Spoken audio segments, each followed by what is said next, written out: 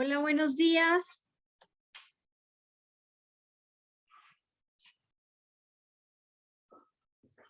Buenos días.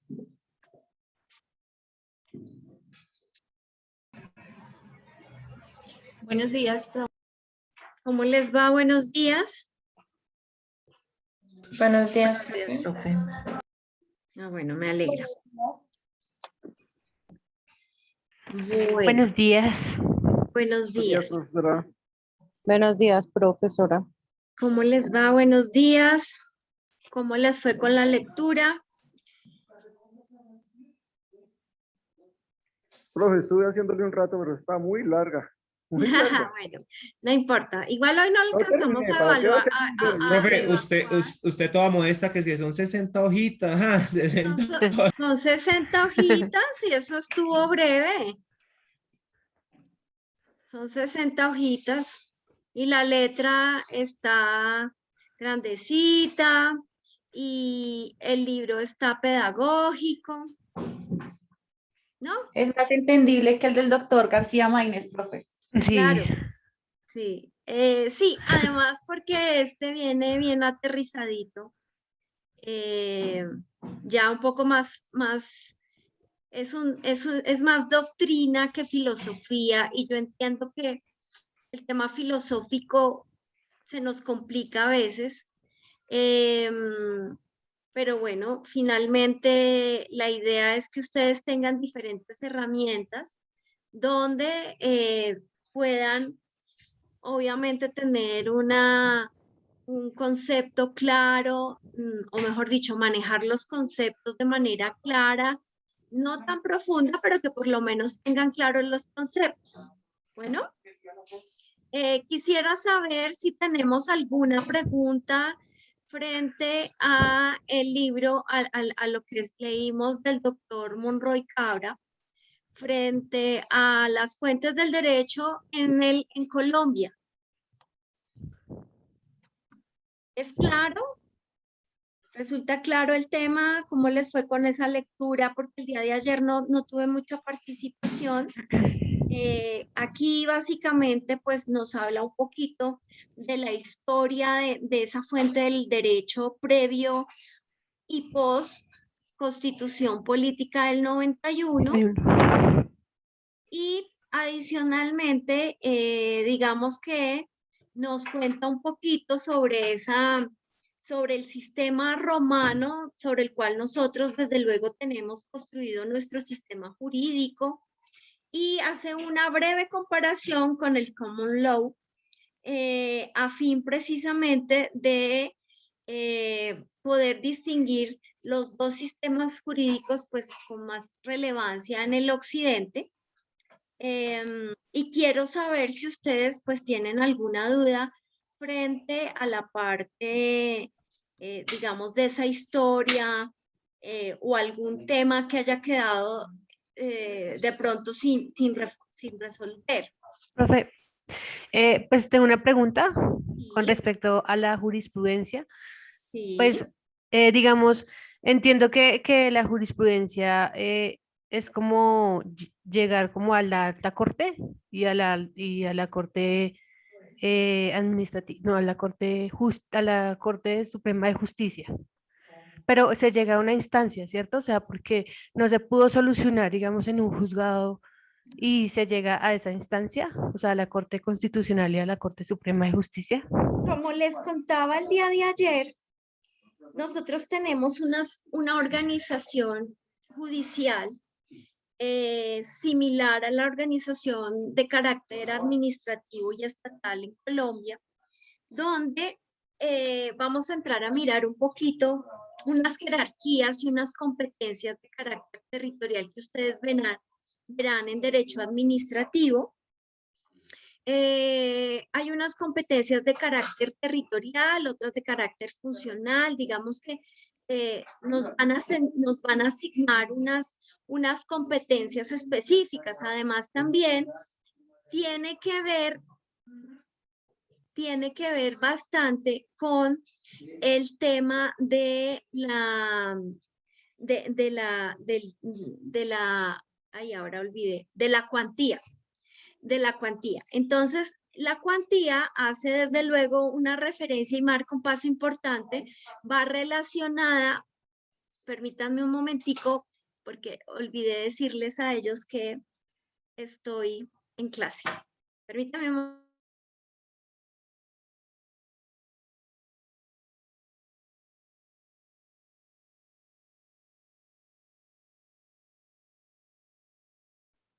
Bueno, entonces la cuantía frente al tema de al tema de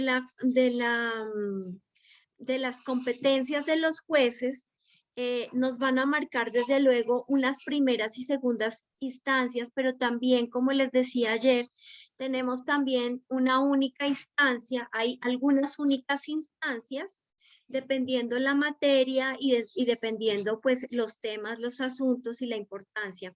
Entonces, en ese sentido, vamos a ver, o ustedes lo van a ver dentro de la teoría del Estado y obviamente en los diferentes temas que manejen a nivel de, ¿cómo se llama? A nivel de los asuntos diferentes, o sea, bien sea penal, laboral, civil, familia. Cada asunto, cada jurisdicción, que así la llamamos, va a manejar las competencias y la funcionalidad de cada uno. ¿Listo?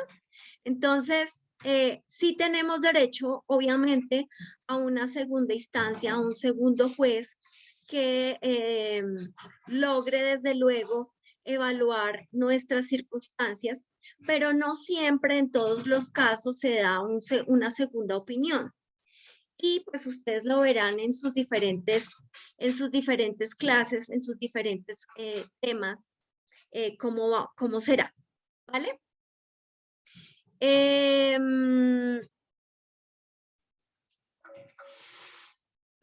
Bueno, ¿qué otra pregunta?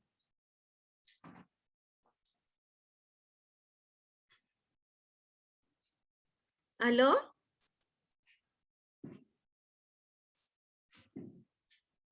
¿Aló? ¿Alguien me escucha? Sí, profe. Hola, profe, ahí la Muchos escuchamos. silencios, muchos silencios. A ver, Nicolás Pineda y luego Andrés Arias. Profe, una pregunta, ¿qué quiere decir cuando su merced dice primera y única instancia? La única instancia quiere decir que solamente podemos recurrir por una única vez ante una autoridad judicial o de carácter administrativa para resolver uno de nuestras litis, ¿sí? Esa sería la primera. La segunda instancia sería, como les comentaba el día de ayer, recurrir a la segunda autoridad, al que esté por encima de la primera, precisamente para que nos resuelva el tema, bien sea para que lo revoque de manera total o parcial, ¿sí? Ese es el recurso de apelación, pero lo vamos a ver obviamente en diferentes momentos, en sus diferentes asuntos, van a ver cómo pues funciona para algunos temas y no para otros.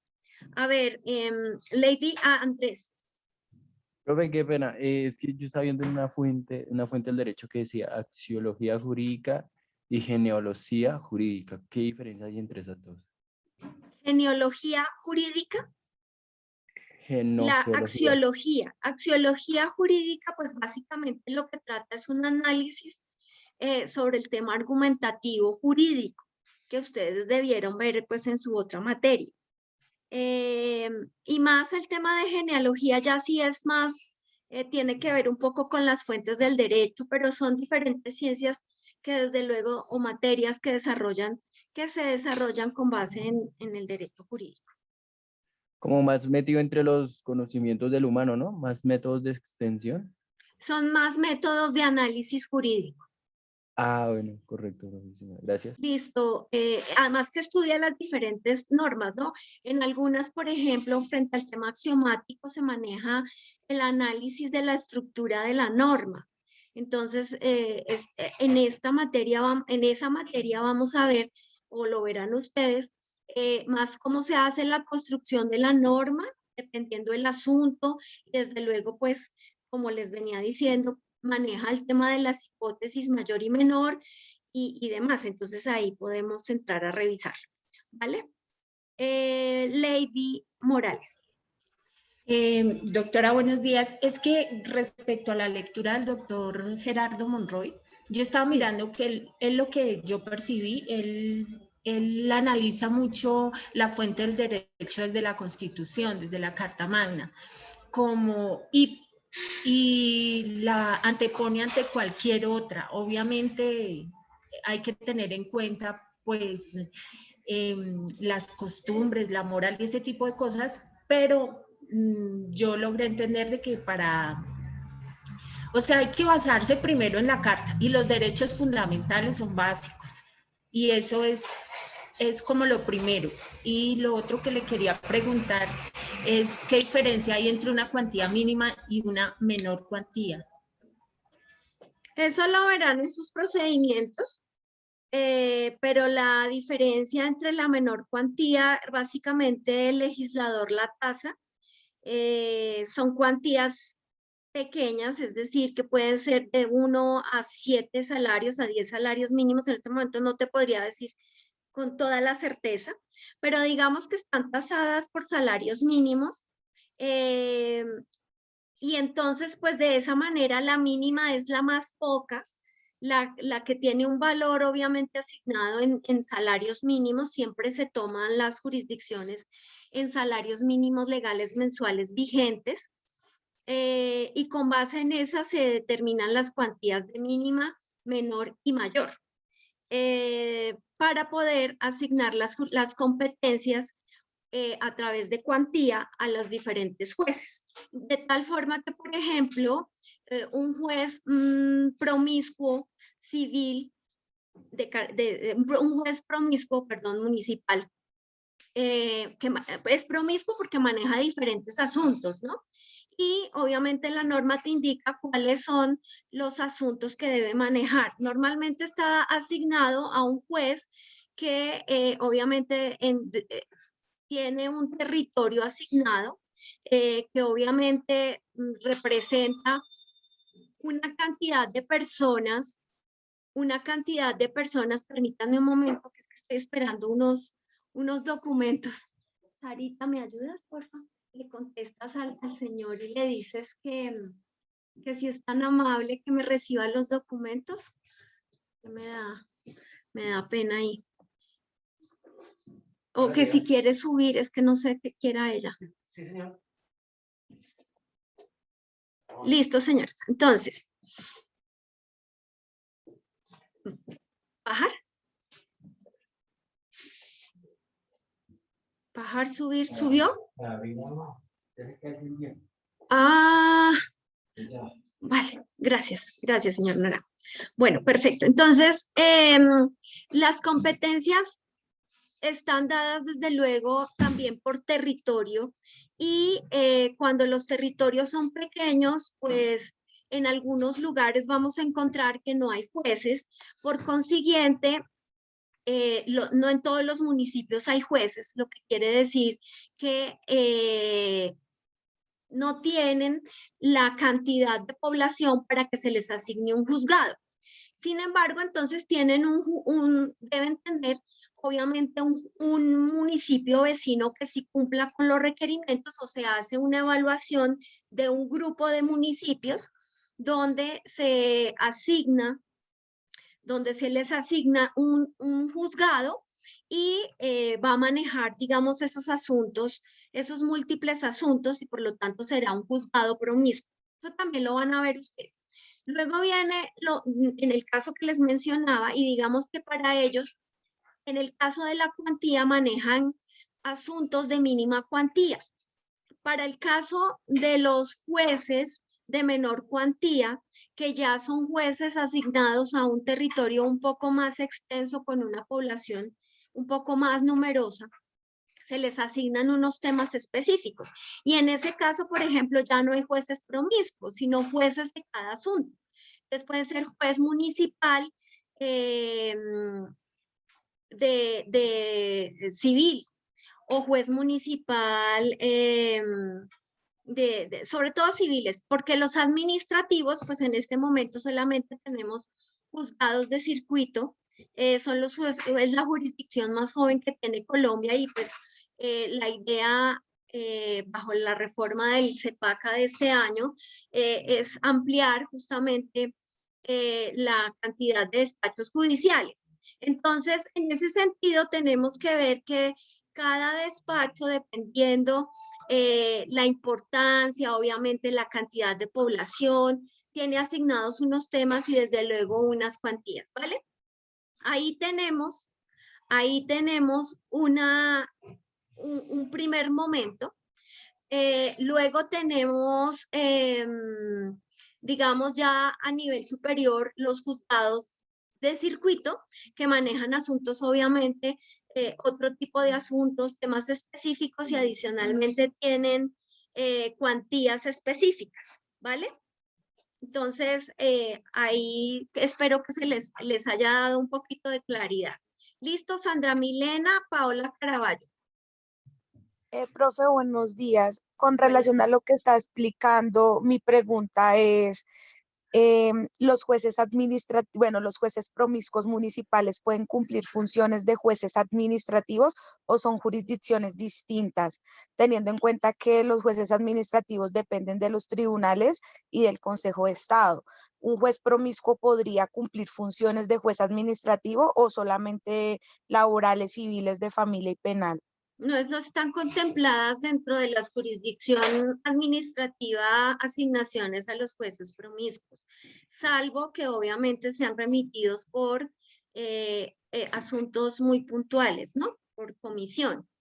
Si se les comisiona, no sé, el levantamiento de alguna prueba o el levantamiento, sí, sobre todo de los testigos y esas cosas, pues de realizar testimonios y eso, sí se asignan de manera esporádica y pues lo verán ustedes en su código.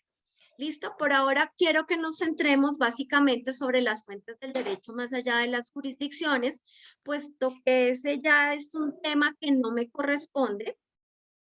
Lo verán en sus materias respectivas en la administrativa y la de procedimiento administrativo frente al tema, obviamente, de lo contencioso.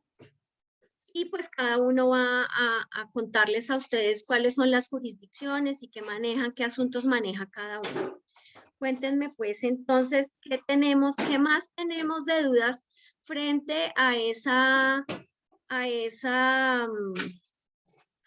caramba, a la lectura del doctor Vladimiro.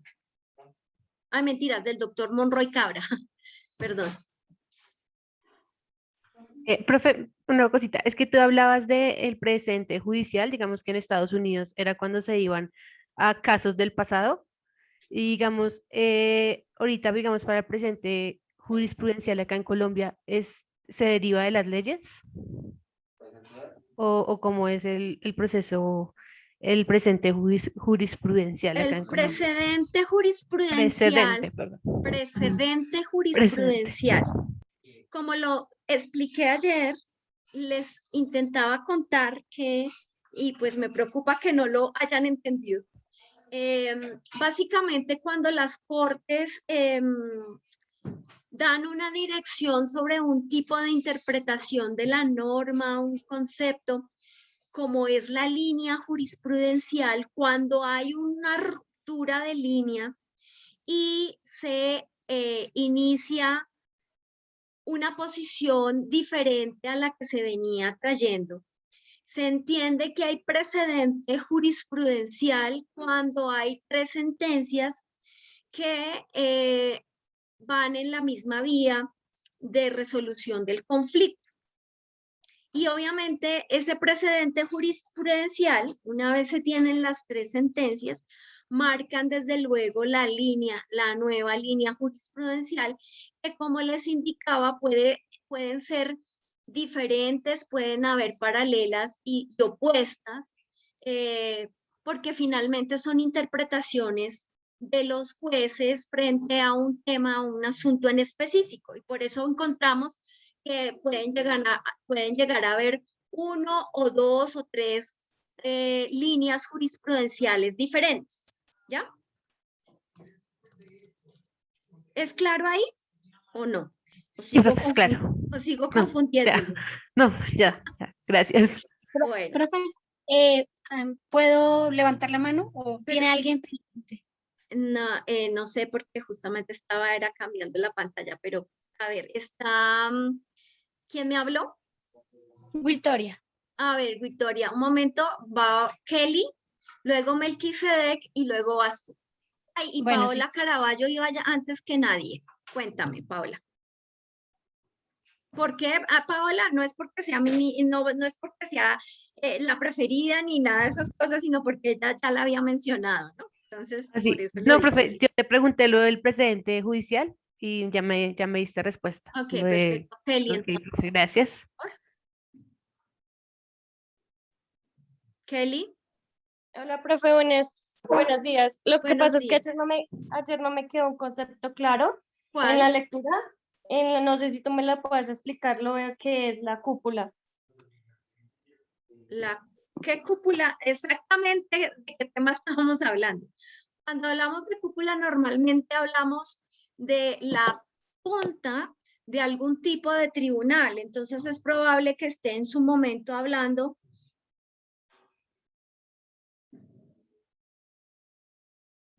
de algún tipo de tribunal de lo contencioso, o puede ser que esté hablando de la Corte Constitucional o de la Corte Suprema de Justicia. ¿Sí? Entonces no sé específicamente, ¿me puedes indicar en qué párrafo hace referencia a la lectura? Porque es que palabras así Claro, como... profe, ayer, pues eso va, es como en los primeros capítulos, donde define el concepto de sujeto, el concepto de predicado y luego sigue la cúpula. Lo que pasa es que pues no me quedó Pero muy espérate un Pero es momento, que eso es de la estás lectura de hablando hoy. de la otra lectura. Sí, sí, señora. Ya, por eso me confundí. No, estamos por Ok. ahora en la Vale. del doctor Monroy Cabra para salir ya del tema de las Listo. fuentes, ¿sí? Y Sí. ya una vez tengamos ese del tema de las fuentes, entonces ya podemos mirar la siguiente lectura que fue la que les dejé para el día de ayer. Me dijeron que la habían dejado para usted. Bueno, profe, Sí, o tranquilo. sea, te la dejé para hoy, pero pues, ya Ok. quiero evacuar la lectura porque Listo. ayer no supe si quedaron dudas para poder revisar el tema, ¿vale? Listo, profe. O sea, culminar el otro tema para empezar con este, ¿sí? Exacto, terminar de entender un poco la lectura para que después no tengamos inconvenientes al momento de hacer la evaluación, porque pues obviamente entrarán obviamente dentro de las evaluaciones estos conceptos y estos asuntos, ¿vale? Listo, profe, listo. Listo, señores. Gracias.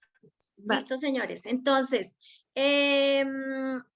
aquí pues digamos que esta lectura nos hablaba un poquito sobre la historia de cómo la Corte Constitucional ha venido dándole desde luego esa incorporación en el caso de las 3 decisiones uniformes y la podemos ver en la sentencia C-836 del 2011 que declara, por ejemplo, condicionada el artículo 4 de la ley 169/1896, que indica que 3 decisiones uniformes dadas por la Corte Suprema como Tribunal de Casación sobre el mismo punto de derecho constituyen entonces doctrina probable y los jueces podrán aplicarla en casos análogos, lo cual obsta para que la Corte varíe desde luego la doctrina en el caso de que se juzgue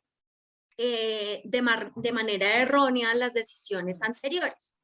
Eso es lo que hablamos precisamente de precedente y obviamente va muy de la mano con este concepto que es importante que tengan en cuenta, el de la doctrina probable, porque pues van a encontrarse con este concepto de aquí en adelante en los diferentes asuntos, ya que doctrina probable la encuentran en cualquiera de los asuntos del derecho. ¿Vale?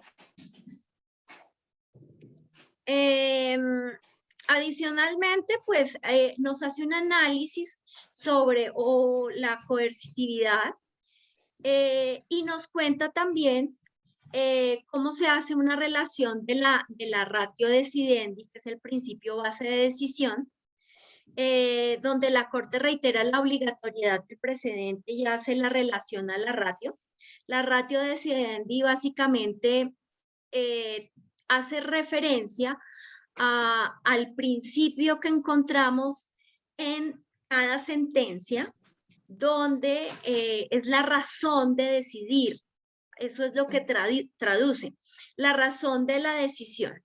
Entonces, en esa razón de la decisión vamos a ver cómo encontramos que todas las sentencias van a hablarnos de una ratio decidendi.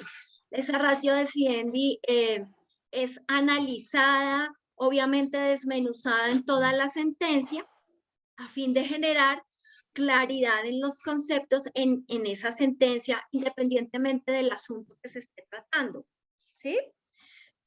Y es importante, digamos, tenerlo aquí dentro del análisis de la jurisprudencia, porque entonces vamos a tener que mirar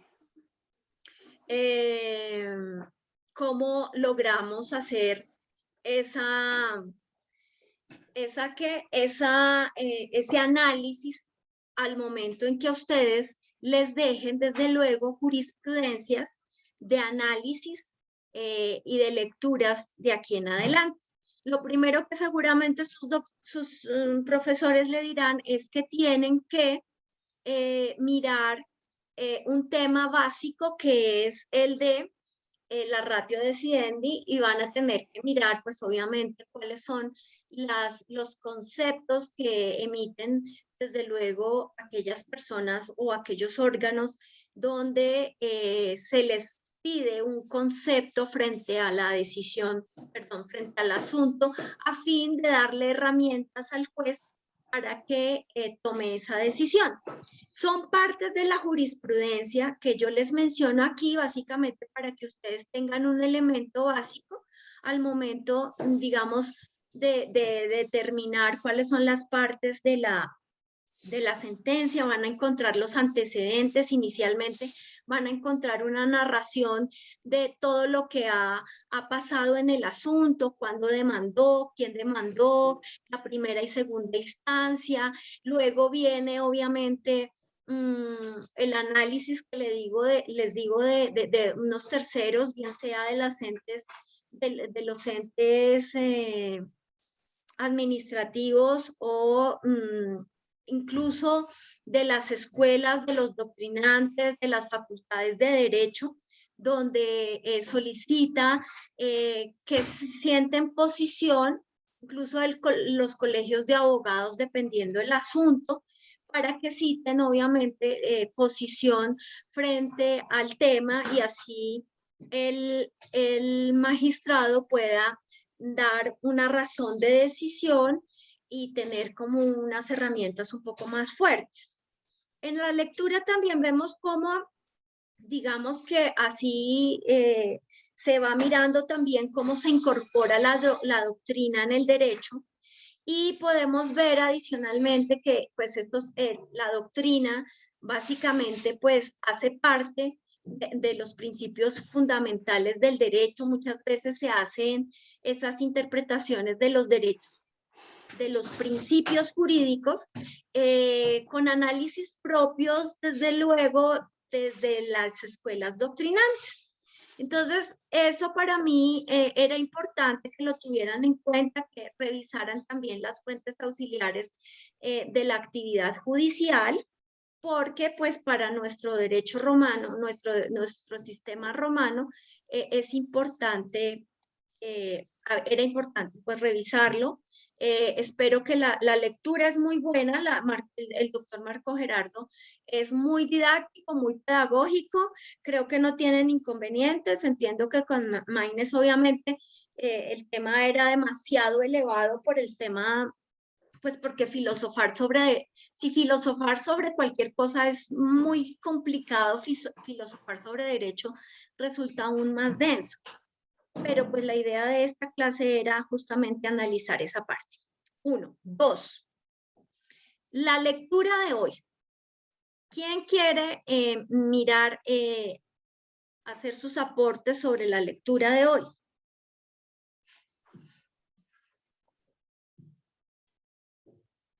Melquisedec, ¿tú tenías la palabra? Sí, profesora, qué pena. Mira, es que en la lectura yo encontré, había un concepto de norma jurídica, o sea, el concepto de norma jurídica que es, digamos, decir, esa regla de conducta que nos traza como una dirección y con unos elementos que son supuestos normativos, consecuencias jurídicas y otras. Y no sé si sería lo mismo compararlo con algo que ya vimos que fue el ius positivismo. No sé si sería lo mismo porque como es como un conducto, como unas normas que nos rigen. Y entonces como sabemos que el ius positivismo es como esas normas trazadas y que se basan creadas por la humanidad. No, pero tú me estás hablando de esta lectura y me estás hablando ya de la norma jurídica. ¿Sí? Sí, profe, porque es que esto lo encontré en la lectura, en el que acerca de que... ¿En qué capítulo? ¿A qué capítulo? Vamos en orden. ¿En qué capítulo inicialmente Claro, profe. quedamos? Dijimos Ya te que voy a íbamos a decir. mirar el 417 desde la página 417, ¿verdad? Profe, pues la verdad no sé si fue que me equivoqué de lectura porque la encontré pues en la sección 11. Sí, del 3 al Dice, 6. del 3 al 6 la encontré en el, ya te voy a decir, profe, qué pena. En el capítulo...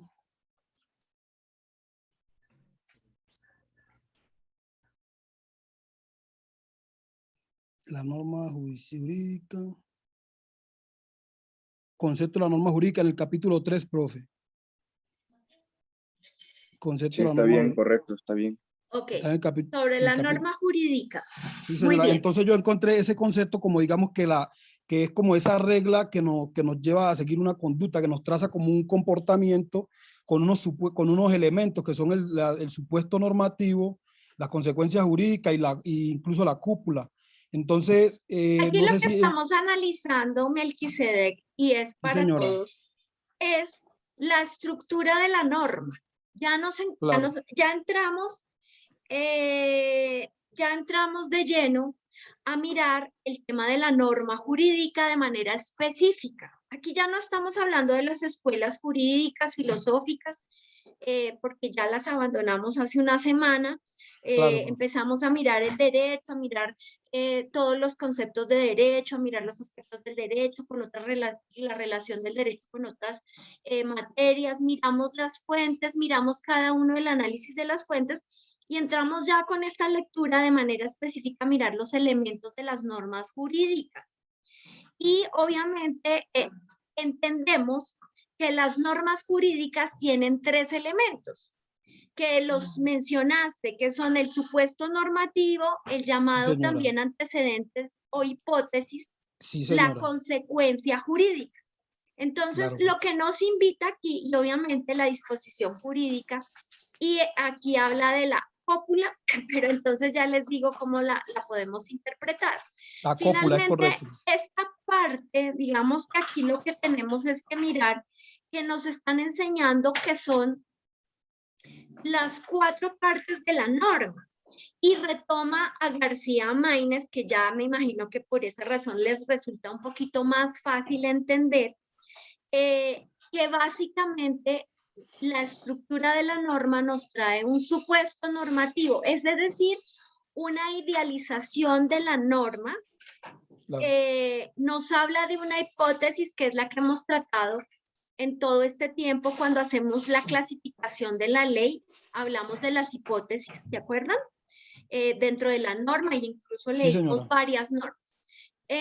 Adicionalmente encontramos la consecuencia jurídica y el espíritu de la norma es lo que nosotros le llamaríamos la cópula a la norma, que es la esencia, el Qué pena, profe, qué pena, espíritu. me repite ese pedacitico, qué pena, el de la cópula. Por eso, Melquisedec. Sí, Si señora. cualquier cosa, acuérdate que igual tenemos la clase grabada.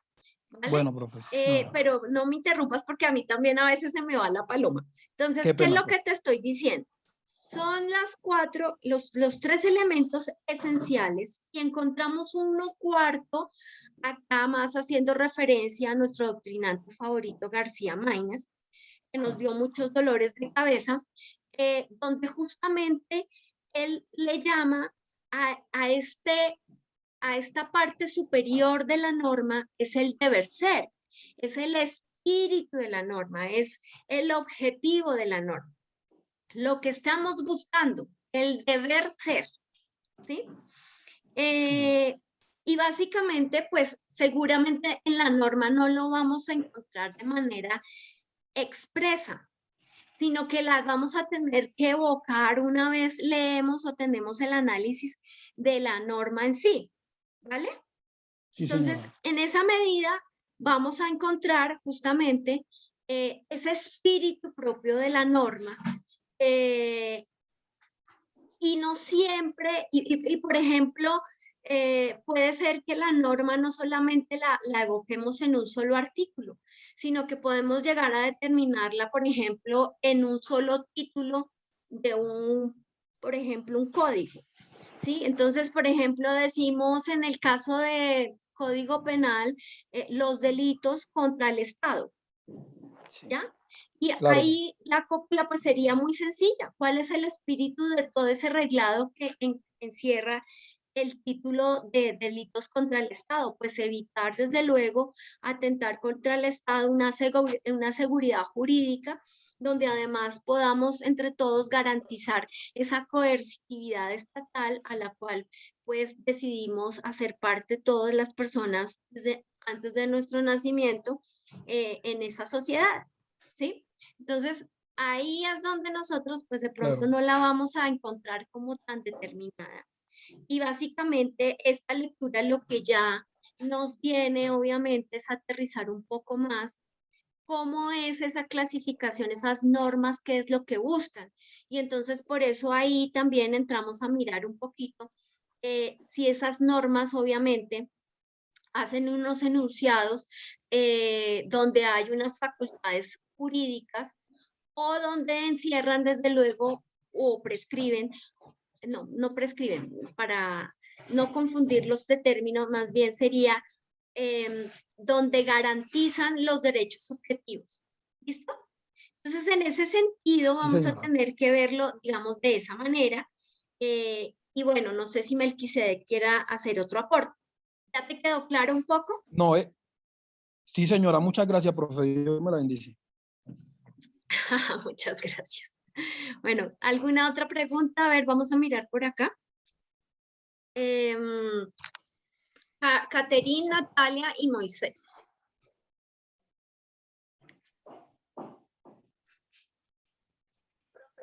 Caterine. Lo que pasa es que quería relacionar el tema, pues digamos, sobre lo del concepto, pues que me perdí en esa parte, en el tema del sujeto que nombraba la S, el predicado, el verbo ser, entonces estaba supremamente confundida. El resto del texto, pues sí, cuando lo entendí, pero en este no pude hacer relación en esa parte. ¿En qué parte? Discúlpame, no te entendí.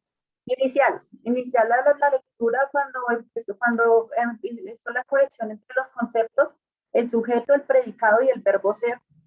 No, pues digamos, no supe cómo relacionarlo porque en la lectura del doctor García Maínez también hacía como un concepto, en esa parte sí hay, que debe ser. Pero ya te queda claro que es el deber ser, que estamos hablando de ese utópico que estamos buscando dentro de la sociedad y que busca desde luego, ese sería el espíritu propio de la norma. Entonces, si tenemos, por ejemplo, en el Código Penal, los delitos contra la vida, el deber ser, el ser es justamente el ser, no de ser persona, sino ni de ser en sí, sino el llegar a ser, el objetivo, digámoslo así, es garantizar que se respete la vida humana, ¿sí?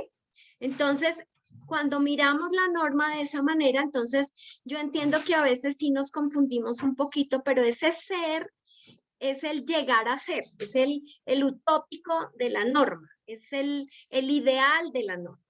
¿Listo? De acuerdo.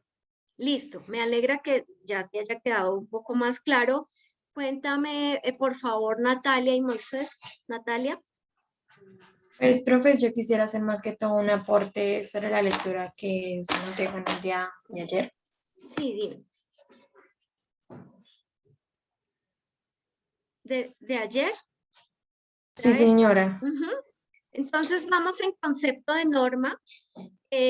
Cuéntame un poquito entonces sobre ese concepto de norma que nos dice el autor, el doctrinante colombiano además, sobre el concepto de norma jurídica. Pues, profe, yo más que todo quería hablar sobre cuando estaba leyendo que el derecho es tan indispensable a la sociedad que es preciso imponerlo de todas maneras. Cuando no es espontáneo, espontáneamente acatado, como ocurre con frecuencia, a ellos se orienta la sanción y la coacción. Y pues busqué la sanción y la coacción ahí mismo en el texto sobre qué significaba. Vale, pero entonces espérame un momento, Natalia, porque no podemos avanzar, toca coger la lectura en orden. Entonces, yo espero que ya, digamos, hayamos avanzado un poco con la pregunta anterior de nuestra compañera sobre los juicios del ser y el deber ser. El ser, el de ahora, y el deber ser, el del futuro. O sea, el ser es lo que hay, lo que existió, ¿ya? Y ese deber ser, que era lo que yo les decía, ese ser entendido como la utopía, el deber ser como la utopía, son, digamos, es una dialéctica que vamos a tener que usar justamente porque lo que busca la norma preciso es tener que reglamentar el ser, lo que hay, para lograr un deber ser, es decir, lo que se espera. ¿Mm? Y ahí, pues digamos, no me detengo más frente al tema del concepto de ser y deber ser. Y pasamos entonces a la distinción entre las leyes naturales y las normas. Y entonces, pues aquí sí quisiera de pronto que me contara alguien sobre qué entendió sobre las leyes naturales y las normas.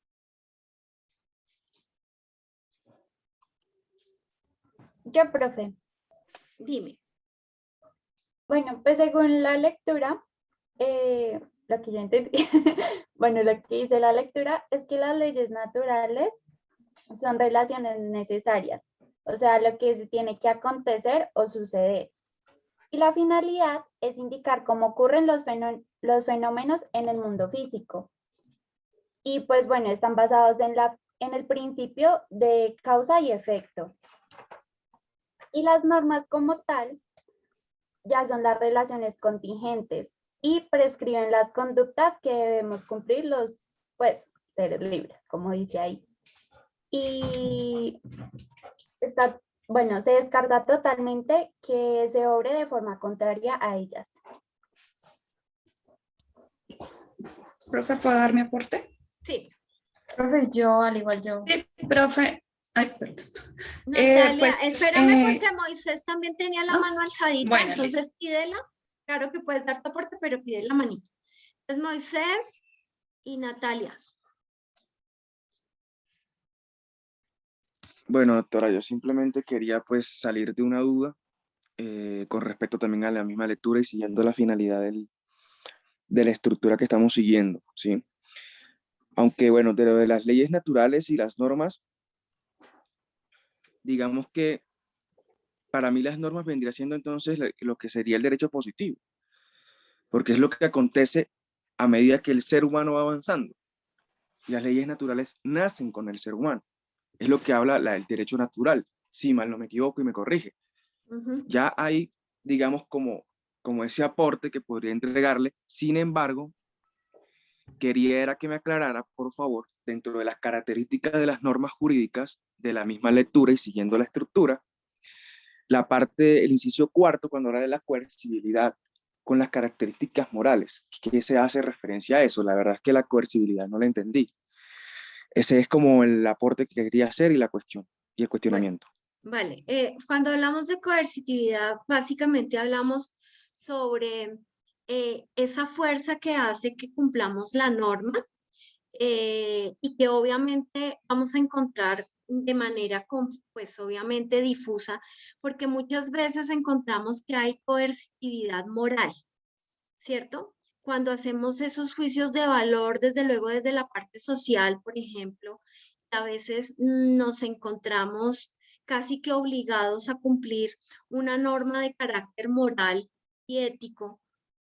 Y digamos que solamente esa coercitividad que te estoy mencionando, que se menciona inicialmente dentro de la ley natural, es una coercitividad limitada. Digamos, la reconoce desde luego la naturaleza, está dada por unas leyes naturales, ¿cierto?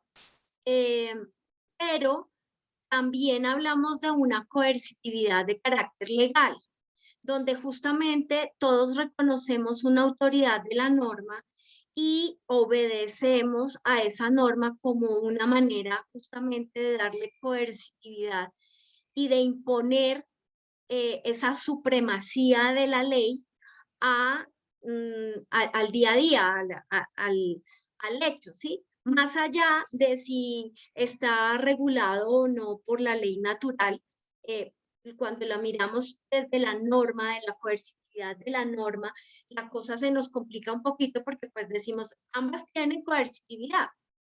Claro, pero como tú bien lo decías, podríamos entrar a mirar que la ley natural es la ley que reconoce el iusnaturalismo y la norma la propia del iuspositivismo, ¿cierto?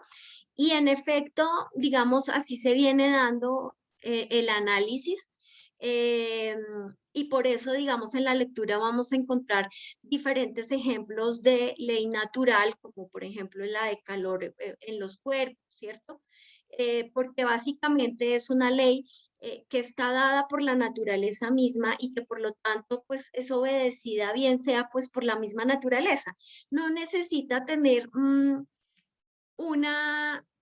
ni una aprobación ni tampoco irse a lo bajito, digamos, ¿cómo les digo yo? A buscar la parte instintiva, porque en la ley, en la norma jurídica, esa parte se supone que ya la avanzamos, que ya nos pusimos de acuerdo y que entre todos como sociedad pactamos unas normas, unos principios que obviamente tienen unos valores y que nosotros buscamos desde luego que se dé un cumplimiento, ese deber que le damos a la norma básicamente, lo que le adeudamos a la norma porque entre todos, desde luego, acordamos tener la observancia de la misma, casi que de manera obligatoria. Casi no, de manera obligatoria, de tal manera que, aunque pueda ser que yo diga que no la reconozco, que yo diga que me voy, por ejemplo, a 100 kilómetros por hora en una vía que dice 50, socialmente, pues la norma está ahí. Es una norma jurídica, no es una norma que viene derivada del derecho natural, sino es una norma jurídica y obviamente por ser norma jurídica tiene un carácter imperativo y por lo tanto es de obligatoria observancia, porque acordamos que entre todos íbamos a poner unas normas de tránsito y es posible que ustedes digan, pero yo apenas nací hace 20 años y la norma tiene más de 200 años. Pues bueno, nacimos dentro de una sociedad y de por sí, como lo decían nuestros filósofos al comienzo de la materia, pues algunos cedemos ese derecho, esos derechos instintivos naturales hasta un punto y se los cedemos precisamente a la sociedad para que entre todos al ceder podamos convivir y mantener una sociedad de carácter activo. ¿Listo? Moisés, ¿te queda algo claro? Perfecto, doctora, todo está bien. Listo, muy bien. Piedad, esto, Natalia ya. Luego María Quiroga y luego Victoria, no sé si quería hacer una pregunta. Entonces, Natalia y luego Victoria y luego María Quiroga. Pues, profe, a medida que yo estaba leyendo, encontré que Rambush dice que toda la filosofía del derecho desde su comienzo hasta el siglo XIX ha sido derecho natural. Sí, así lo vimos en la lectura de Maynes, ¿no? Básicamente él retoma nuevamente... pues, profe, que esta... ¿Señora? Sí, básicamente él retoma nuevamente el tema del Del derecho natural. del derecho Sí, sí. natural, y vuelve entonces a hacer el análisis, desde luego, de lo que son conceptos jurídicos fundamentales, que es básicamente lo que yo pretendo con esta lectura. Entendamos un poquito a qué se refiere, desde luego, cuando hablamos de esas normas y de esos conceptos jurídicos fundamentales. Entramos a mirar ya un poco más de cerca qué tiene que ver, o sea, qué impacto tienen esos conceptos jurídicos fundamentales, obviamente, dentro de la norma. Y pues obviamente cuáles serían la diferencia con aquellos que son de carácter natural, ¿sí? ¿Aló? Sí. Ok, entonces en ese sentido vamos a mirar un poco el tema ya de las características de las normas jurídicas, que las habíamos visto. Ya habíamos visto la generalidad, la imperatividad. En esta, pues básicamente hablábamos desde luego que era pues para todos. Recuerdan que les había dicho que tiene un carácter obligatorio para todos, no es algo específico. Hablamos de una bilateralidad. En su momento, pues básicamente entendemos que hay un acreedor de un derecho y un deudor de un derecho, es decir, el acreedor puede solicitar o hacer exigible su derecho, mientras el otro, pues obviamente, es el exigido a respetar o a entregar el reconocimiento de ese derecho. La coercibilidad, que hemos hablado de ella desde que empezamos a hablar del justnaturalismo y del justpositivismo, básicamente porque en las normas jurídicas lo que nosotros queremos es una coacción, una obligación, desde luego, donde podamos obligar, aunque suene redundante, a los miembros de la sociedad o a esos sujetos activo y pasivo a cumplir con lo que se tiene estipulado. La inviolabilidad de la norma, pues tiene que ver bastante, obviamente, con esto que nosotros queremos, y es obviamente imponer el cumplimiento. Sin embargo, si llega a ser quebrantada, pues eso amerita, siempre será una sanción, porque la idea es que no se den esas violaciones, ¿sí? Y si se dan, pues de todas formas tenemos analizada justamente o contemplada la circunstancia, de tal manera que sepamos qué hacer cuando existe esa violación. La dirección y la coacción en las normas jurídicas. ¿Quién quiere hablarme de ese tema? Wiltoria. Natalia, gracias. Wiltoria. Profe, no, básicamente pues, es una pregunta de que usted me responda sí o no, acerca de lo que preguntó la compañerita de Paola. Cuando se dividen esas líneas, si se divide por lo menos en dos, ambas son válidas, ¿cierto? Eso fue lo que yo entendí acerca de la explicación que usted nos dio. ¿De qué? O sea, que ambos conceptos serían válidos cuando la jurisprudencia se divide en varias líneas. ¿Que si ambas son válidas? Sí, o sea, eso fue lo que yo entendí, pero claro que sí. usted... Y aquí voy a abrir un paréntesis, Wiltoria, porque ya habíamos abarcado el tema. Ya estamos en norma jurídica. Sí, entonces, me devuelvo y te digo, claro que sí. Pueden darse las dos, se pueden dar las dos líneas, y no es que la una derogue a la otra, es sencillamente posiciones interpretativas que son justamente herramientas que conforman o que hacen parte de la interpretación normativa y obviamente del derecho. ¿Listo? Claro, sí, okay, todo perfecto. Vale. Entonces ya cerramos paréntesis. Profe, qué pena, ¿es cohesión o noción lo que usted está preguntando? Porque si es noción, se lo puedo responder, profe. Coerción, vamos en coerción. María Quiroga. Profe, pues yo te quiero hablar de las normas jurídicas. No, pues sí, exacto, estamos hablando de las normas jurídicas, pero entonces... Profe, yo sobre la dirección de las normas, de la coacción. Profe, ¿ya le puedo explicar qué es la coerción? Si me alzas la mano, Andrés. Qué pena, profe. La coerción. La coerción entendida como una característica del derecho que le permite asegurar cumplimiento o eficacia en la sociedad. En estricto entendido es diferente de la fuerza material que se puede ocasionar como consecuencia de la ejecución de una prescripción jurídica. Que trae, no quiero lecturas, quiero que me digas en tus palabras qué es lo que entendiste de eso.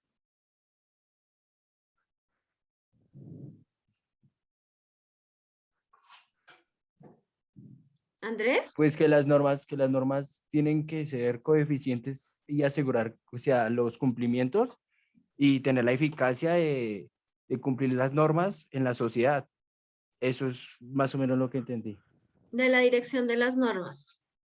¿Quién más? ¿Quién le quiere apoyar, Andrés? Profe, yo, pues en las reglas básicas está la directiva y la coactiva. Y la directiva procede de la norma como la primaria y la sanción, que sería lo coactiva, sería la norma secundaria. Eso pues es lo que yo entendí de la lectura. Que vendría a ser lo mismo que analizamos como una premisa mayor y una premisa menor, una hipótesis y un resultado, ¿no? Una tesis y una hipótesis. O sea, como la queramos ver y dependiendo el autor, pues nos va a hablar precisamente de esas variables. Muy bien. Ok. Entonces espero que hayamos tenido este análisis un poquito sobre ese esquema de cómo se construye la norma, donde hablamos de una hipótesis, una tesis y obviamente una conclusión, ¿cierto? Porque así lo vamos a encontrar casi que en todas las normas al momento de buscar, digamos, como los elementos de la norma misma. ¿Es claro hasta ahí? ¿Alguien tiene alguna pregunta? Profe, buenos días. Profe, tengo una inquietud. En lo que usted dice de la coerción, profe, en ese caso uno puede mirar eso como una presión sobre algo, sobre la fuerza o la autoridad. Claro, la coerción, desde luego, es la fuerza, es la fuerza que tenemos o la fuerza de la autoridad o la fuerza social precisamente para poder hacer cumplir o darle el cumplimiento que requiere la norma. ¿Listo?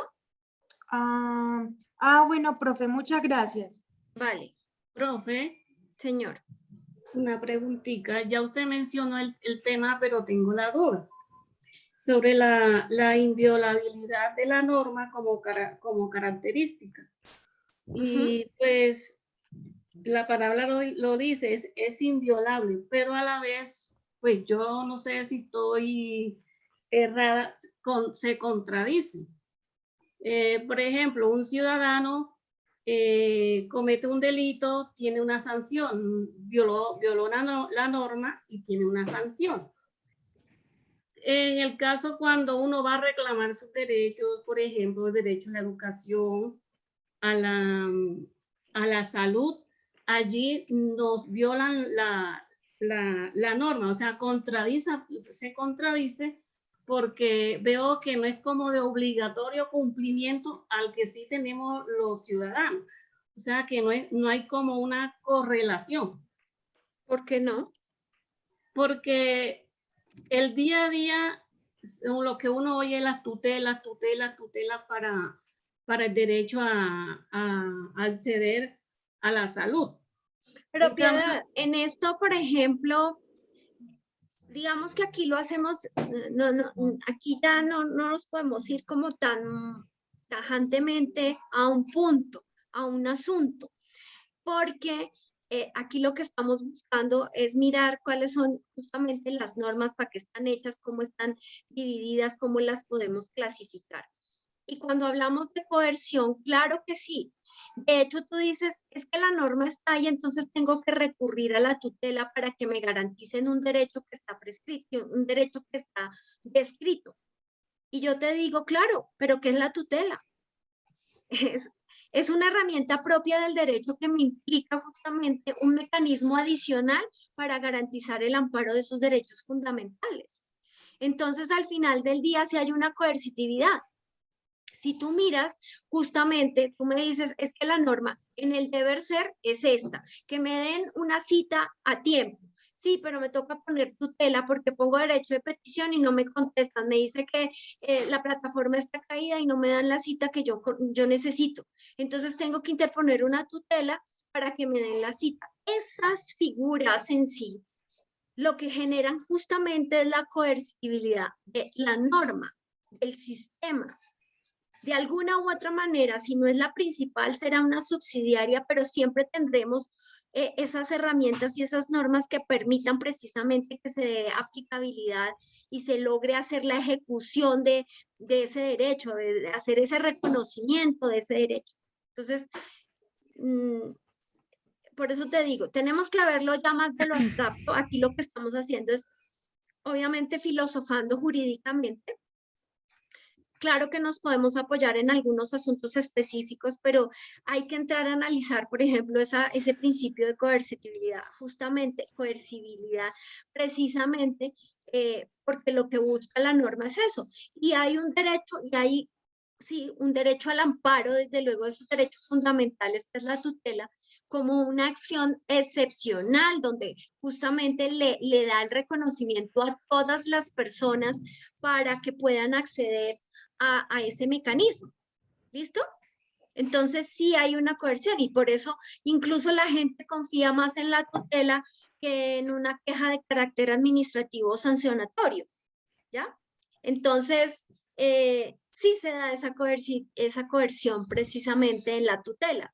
Y sí se garantiza entonces allí. Digamos que en el sistema colombiano lo tenemos garantizado con tu ejemplo. ¿Listo? Gracias. Con gusto. Marta. Profe, qué pena. Ya yo le pregunté, profe, ya me respondió. No bajaste la mano. Listo, perfecto. Entonces, digamos que así, vamos a mirar.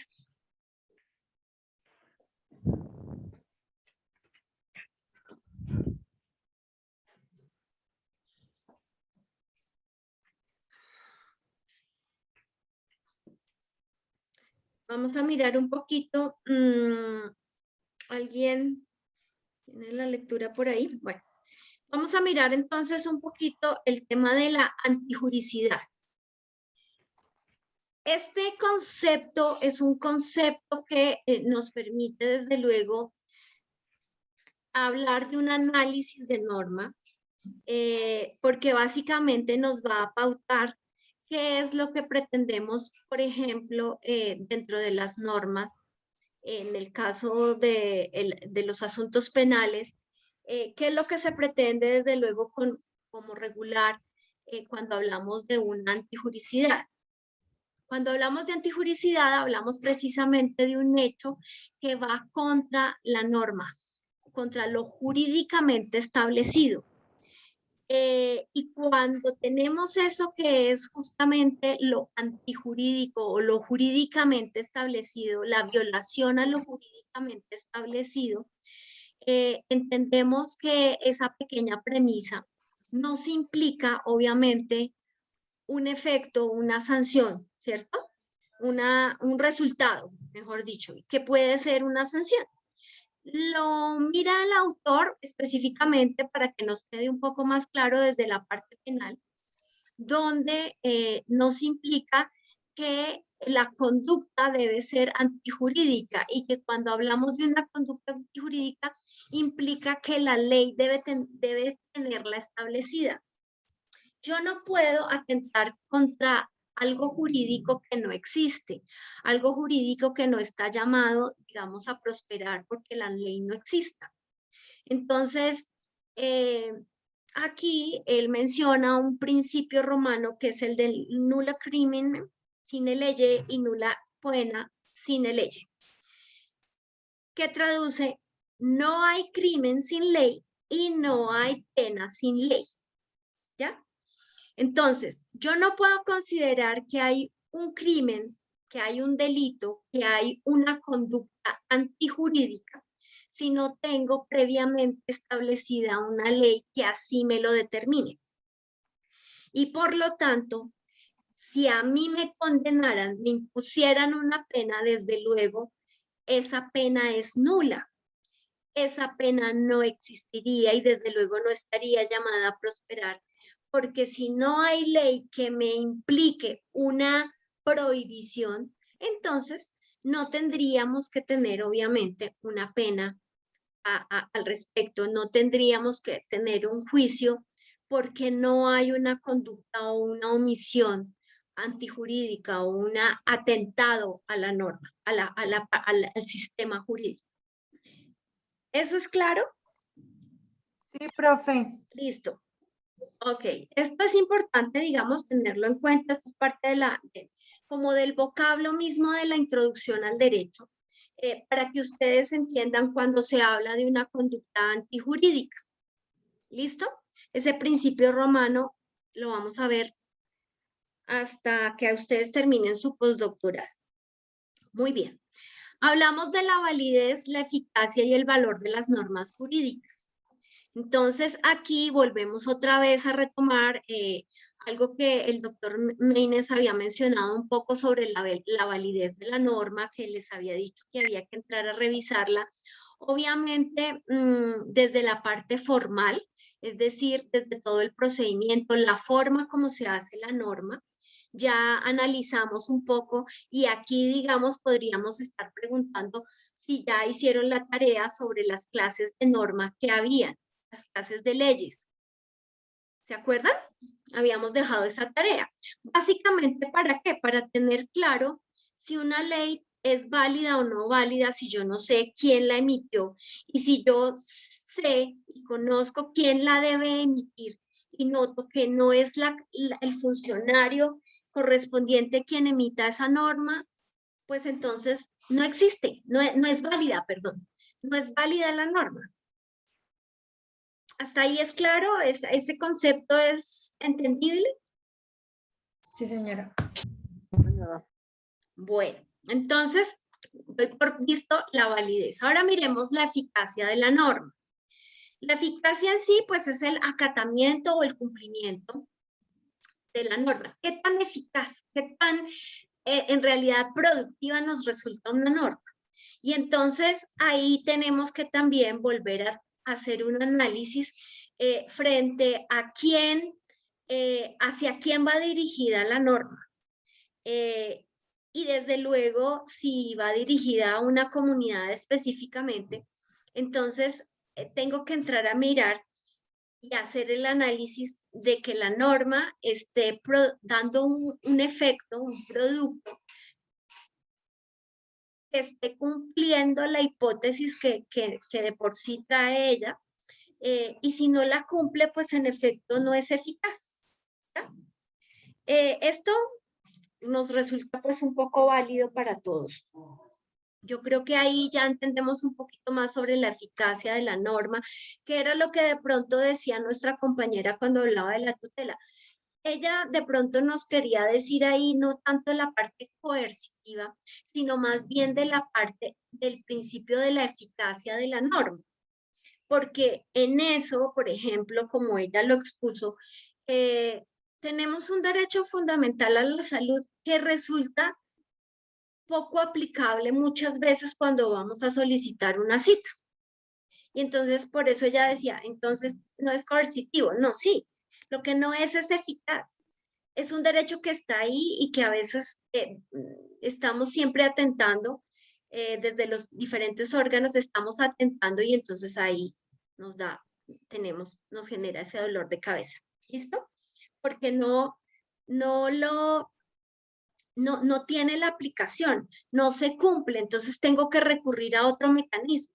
Por lo tanto, esa norma per se, solita, no resulta obviamente válida, eficaz para sí misma. Y ahí es donde entramos a mirar, bueno, entonces, ¿de qué nos sirve tener un montón de leyes sobre el derecho fundamental a la salud si no es eficaz y siempre tengo que mirar cómo lo hago efectivo a través de un amparo? ¿Listo?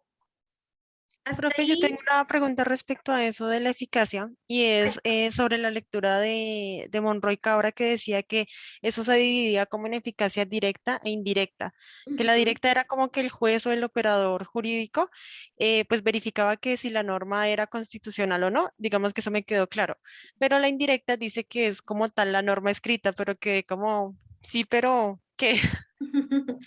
como la escrita de la indirecta, ineficacia indirecta.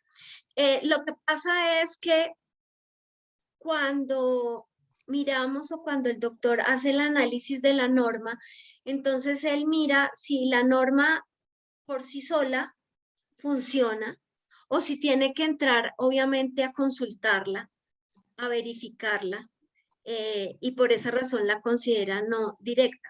¿M? Ah, ok.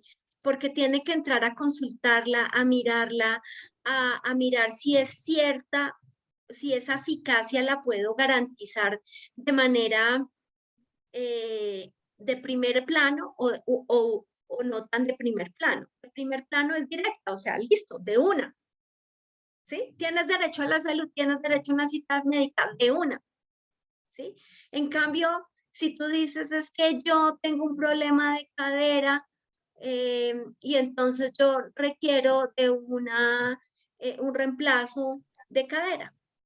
Entonces tengo que remitirme a otras normas porque es tu derecho a la salud, pero no sé hasta qué punto si tienes o no el derecho a que yo te pague el reemplazo de cadera. Por Un ejemplo. ejemplo, estaríamos hablando también, por ejemplo, que una persona, no sé, tenga un accidente en la dentadura y diga, por ejemplo, que necesita una cirugía, se entraría a verificar si realmente es como vital de alguna manera o estética, ¿sí? Algo así. Exacto, exacto. Entonces tendríamos que entrar a mirarlo porque implica que de manera indirecta, que no puedo dar la aplicación por sí misma. De manera directa no la puedo hacer. Tengo que mirar qué tan cierto es eso. Ejemplo de así también en salud.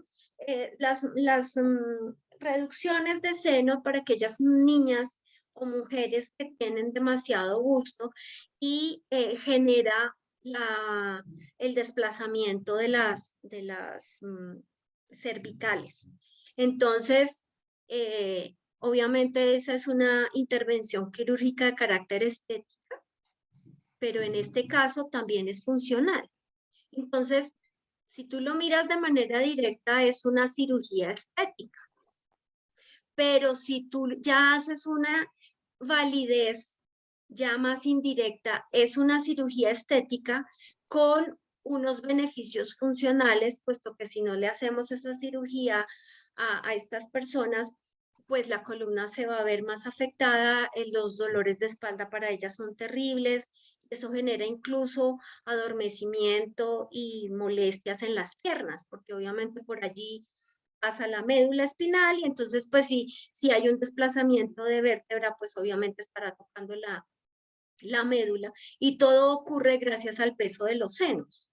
Entonces hay que entrar a revisarlo. Esto también se puede hablar en el tema de la obesidad. No lo tocamos de manera directa, sería como algo estético, pero de manera indirecta es como la cirugía del bypass.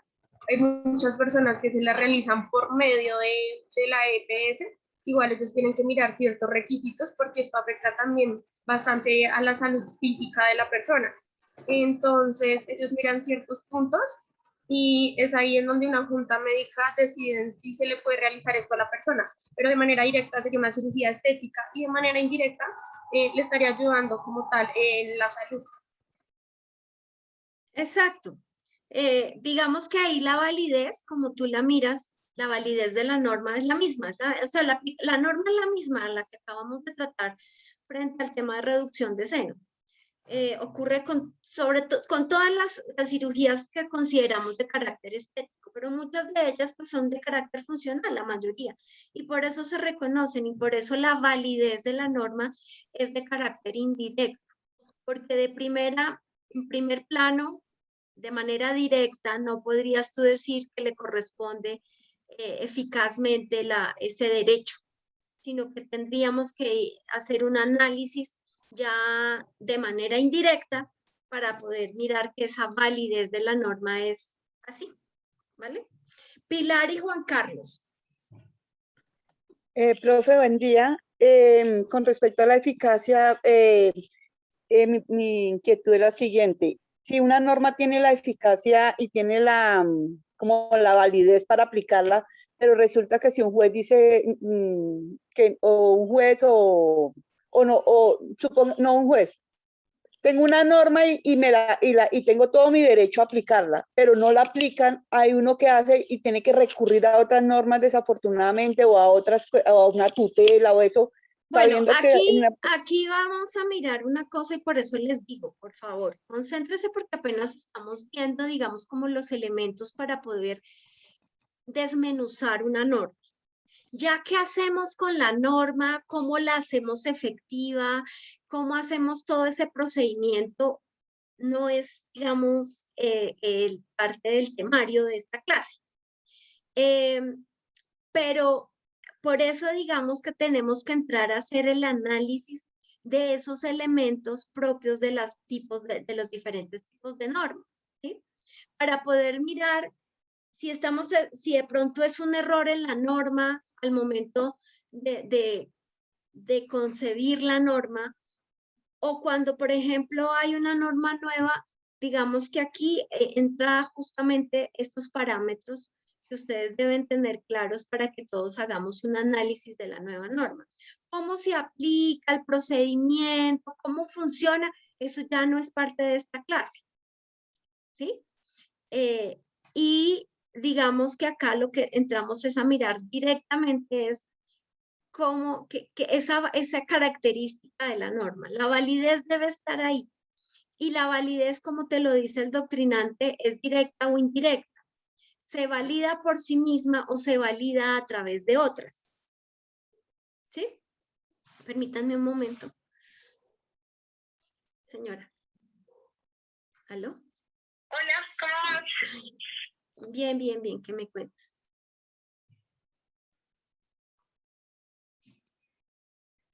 Dos, 12, 11. Listo, gracias. Entonces, en esa medida, vamos a mirar, es como estos elementos para poder hacer justamente esas críticas, Pilar. Pero por ahora, digamos aquí, el concepto de validez ya no lo vamos a mirar pues frente a otras normas, sino a ella misma. No, hay que mirar, por ejemplo, o mejor dicho, el ejemplo que acabo de dar, permítanme un momento, es que estoy esperando las pruebas de mi recurso y ya llegaron. Profe, igual ahí dice Pilarcita, en la lectura dice que puede ser excepcionalmente, puede faltarles alguno de los requisitos. Una norma puede ser válida, pero ineficaz y antivaliosa. Y también puede ser eficaz y valiosa, pero no inválida. Muy bien, Jenny. Y digamos que esa, digamos, es la antítesis de esta característica. Como bien tú lo dices, si no se cumple, si no se da, pues quiere decir que no, la norma no es válida. Y como no es válida, entonces el mismo autor nos dice cómo la debemos considerar. Cuando no es válida. ¿Es claro, Pilar? O sea, no te me vayas, no te me confundas porque me preocupa que te me vayas que todos se me vayan por las ramas. Aquí básicamente lo que queremos es hacer, desmenuzar la norma, qué es la norma, qué es la, ¿sí? Más allá. Sí, el concepto, profe, sí, no, profe, yo es que estoy concentrada en una, como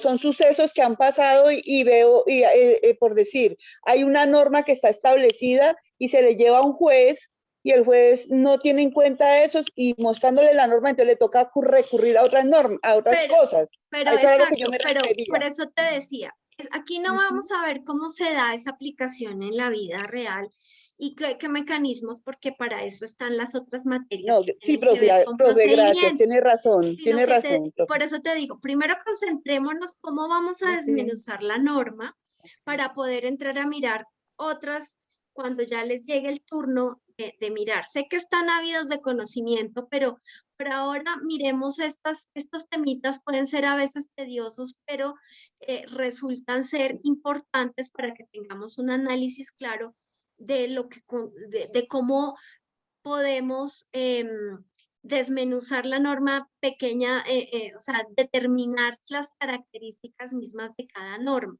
¿sí? Estos solamente son elementos para que ustedes puedan generar sus clasificaciones, saber de qué se tratan las normas, y ya luego entonces hacemos todas las críticas y podemos remitirnos a otro tipo de normas procedimentales, ¿ya? ¿Ok? ¿Listo? ¿Quién quiere hablarme un poquito sobre el contenido?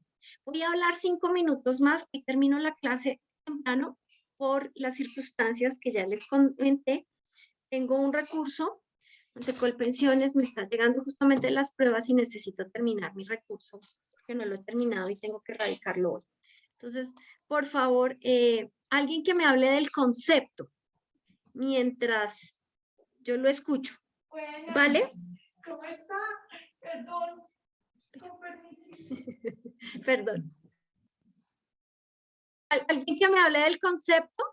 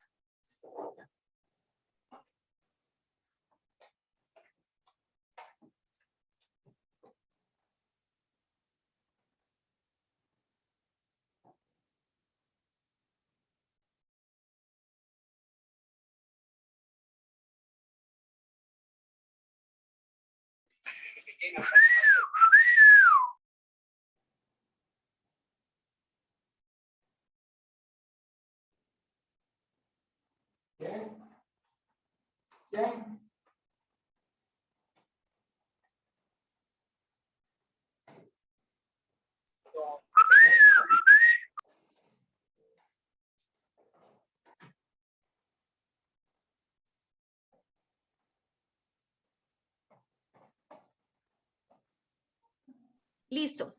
¿Ninguno habló de concepto? ¿Hasta ahí no llegó la lectura? ¿No? Y eso que apenas van 10 páginas.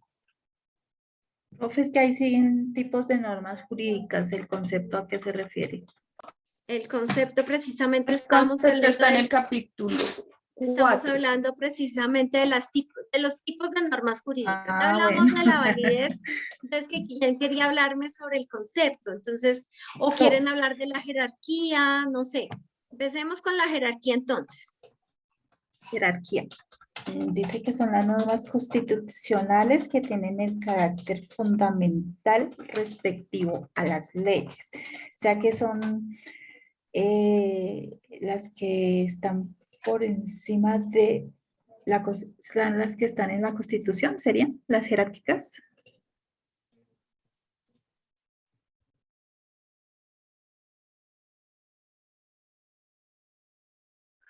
Tus palabras, ¿qué traduce eso? Porque la lectura la hicimos todos, pero en tus palabras, ¿qué Sí, por eso traduce en eso? mis palabras le estaba preguntando que si las jerárquicas son las que están contempladas en la Constitución política, que son las de mayor jerarquía en este Profe, caso. yo lo entendí como las fundamentales y las derivadas. Entonces, digamos, como dice mi compañera, las fundamentales sería la Constitución y las derivadas son los actos legislativos.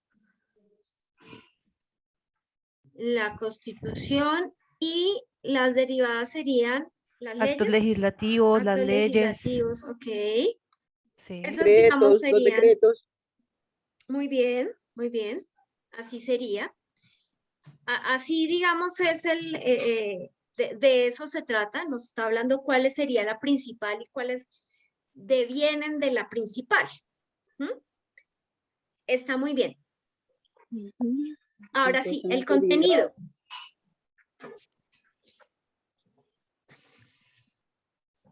Profe, tú estás hablando, qué pena, tú estás hablando respecto a la clasificación de las normas, las imperativas, las dispositivas, las interpretativas. Los tipos de normas.